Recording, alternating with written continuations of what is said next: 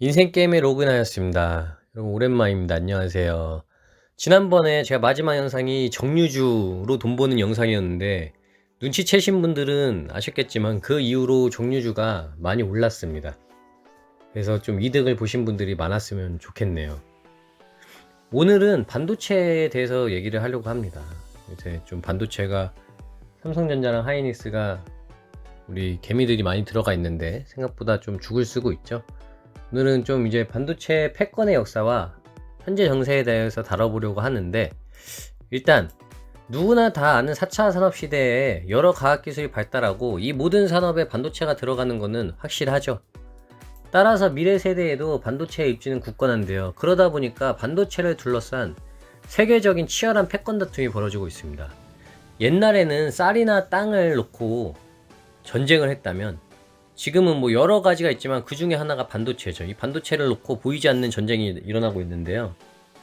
오늘은 두 가지 주제, 반도체 패권 변화와 현재 정세인데, 현재 정세를 알려면 이 반도체 패권의 역사를 알아야 되기 때문에 먼저 다루고 들어가려고 합니다. 반도체 패권은 어떻게 변화했을까요?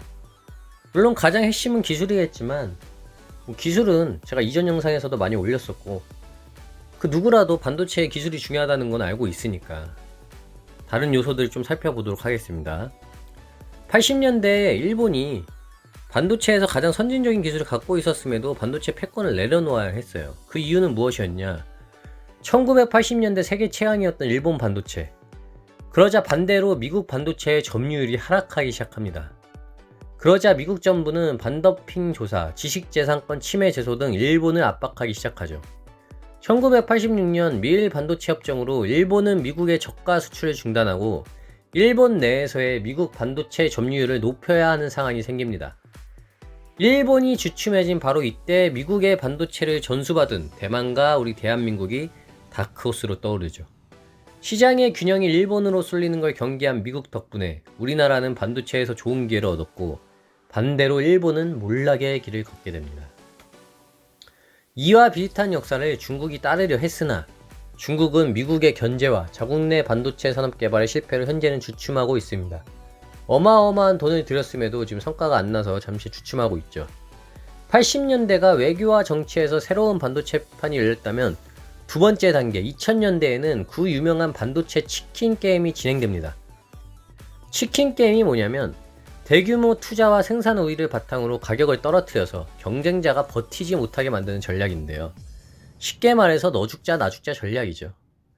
2007년과 2010년 디램 메모리 반도체 값이 10분의 1로 떨어지는 극단적인 상황이 발생합니다. 이 전쟁에서 세계 2위였던 독일 키몬다와 일본 엘피다, 대만 나냐, 파워칩 등 같은 기업들이 쓰러지고 시장이 재편되게 되었습니다. 여기까지가 제가 오늘 반도체 패권 역사 3단계로 나왔는데 여기까지가 2단계 상태고요. 지금 이제 2010년, 2020년에는 인텔, 마이크론, 삼성, 하이닉스라는 세계적 기업들이 앞서거니 뒤서거니 하면서 점유율 싸움을 펼치고 있습니다.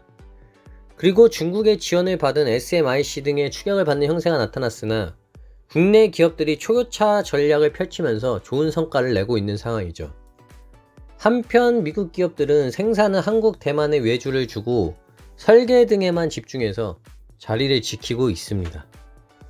여기까지가 반도체 패권의 역사로 보시면 되겠습니다. 지금까지는 기술에 대해서는 거의 설명을 하지 않았음에도 치킨게임, 경영적인 치킨게임이나 지정학적 위치, 외교 문제 등 때문에 반도체 패권이 변할 수 있다는 걸 보여드렸고요. 그렇다면 현재 반도체 정세는 어떤가? 한번 같이 보시겠습니다. 이것도 3단계로 나눴는데 우리나라 입장에서 정리를 했습니다. 1번, 애매한 위치에 있죠. 국내 기업은. 한국 반도체는 지정학적 위기에 있습니다. 시장 쏠림을 우려한 자국 기업과 공급망을 강화하려는 미국의 시장 재편 아래 있는데 물론 주 타깃은 중국입니다. 하지만 이 중간에 낀 한국은 미국과 중국에서 애매한 위치에 있죠. 둘 다 국내 입장에서 중요한 위치에 있기 때문에 어느 한편을 쉽게 들 수가 없는 거죠. 두 번째, 그리고 어느 한편을 들 수가 없는데 이 와중에 대만은 미국과 일본에 올인을 합니다. 그러다 보니까 우리나라 입장에선 뭔가 조금 더 애매해져 버렸죠. 두 번째는 국내 기업의 장점이자 단점인데 이 국내 기업은 사실 삼성전자를 얘기하는 겁니다. 반도체 최대 고객이 삼성전자의 최대 고객은 미국의 기술 기업들인데, 그런데 삼성전자는 종합 가전업체죠. 이러다 보니 미국 기업들에게 협력자이면서 경쟁자이기도 하다 보니까 잠재적 위협이 되는 형국입니다. 그러다 보니 삼성의 또 다른 라이벌인 애플과 퀄컴 등의 회사는 파운드리 수탁업체로 맨날 대만의 TSMC만 찾아가죠. 그러니까 TSMC 수요만 늘 폭발하고요. 이 와중에 그러다 보니까 또 대만이 미국의 편까지 들면서 더욱더. 그 다음에 세 번째는 인텔의 파운드리 재진출 선언입니다. 인텔의 선언으로 미국 기업들인 퀄컴, 마소, 구글, 애플 등은 우군으로 환영하고 있습니다. 반면 여러 면에서 국내 기업은 고립되어 있죠. 게다가 국내 기업은 소재와 장비에서 일본의 수급을 의존하는데 정부와 일본의 갈등으로 더 불리한 상황까지 겪고 있습니다. 역사에서 보여주듯이 반도체는 기술이 전부가 아닙니다. 정부와 정부, 외교와 안보가 섞인 보이지 않는 전쟁이죠. 이 반도체 패권 전쟁은 앞으로 또 계속 될 텐데, 여기에서 국내 기업들이 잘 자리를 잡아야 할 것 같습니다.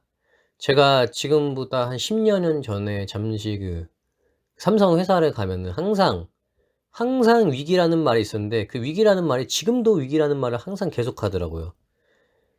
물론 국내 최고 기업이고 세계적인 기업이지만 잠깐 밀리면 바로 패권 다툼에서 밀려나다 보니까, 그러니까 늘 위기일 수밖에 없는 것 같습니다. 오늘 영상은 여기까지입니다. 영상이 좋았다면, 내용이 좋았다면 좋아요와 구독 부탁드립니다. 감사합니다.